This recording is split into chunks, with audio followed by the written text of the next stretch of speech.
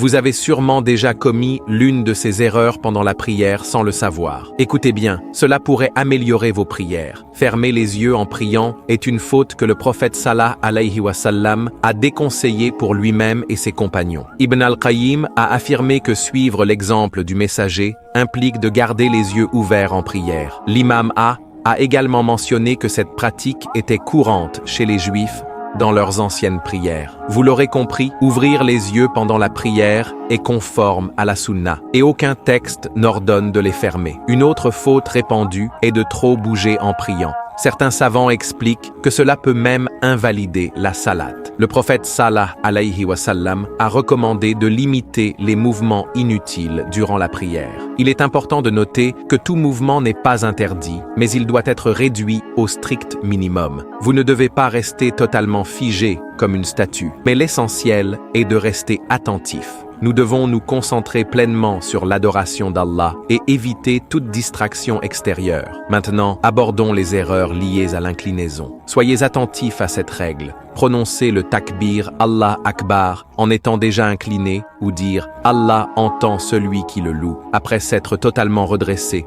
est une faute courante. Voici comment elle se produit. Après la récitation de la sourate, certains s'inclinent puis disent « Allah Akbar » alors qu'ils devraient le dire en descendant. De même, lorsqu'ils se redressent, ils disent « Sami Allahu liman hamida » alors qu'ils sont déjà debout. Or, cela ne correspond pas à la façon dont le prophète sallallahu alayhi wa sallam accomplissait la prière. D'après un hadith authentique, le prophète sallallahu alayhi wa sallam, selon Abu, prononçait le takbir en amorçant son inclinaison et non une fois incliné. De même, il disait « Sami Allahu liman hamida » en remontant, pas après être complètement redressé. Beaucoup ignorent cette subtilité alors qu'elle contribue à la perfection de la prière. Que faut-il faire alors? Le takbir doit être récité tout au long du mouvement et terminé lorsque la posture voulue est atteinte. Ainsi, en se relevant de l'inclinaison, Sami Allahu liman hamida doit être terminé en même temps que le redressement complet. C'était une habitude très précise du prophète sallallahu alayhi wa sallam. Enfin, la dernière erreur concerne toutes les positions de la prière. C'est l'absence de tranquillité. Il est crucial d'être apaisé en accomplissant l'inclinaison,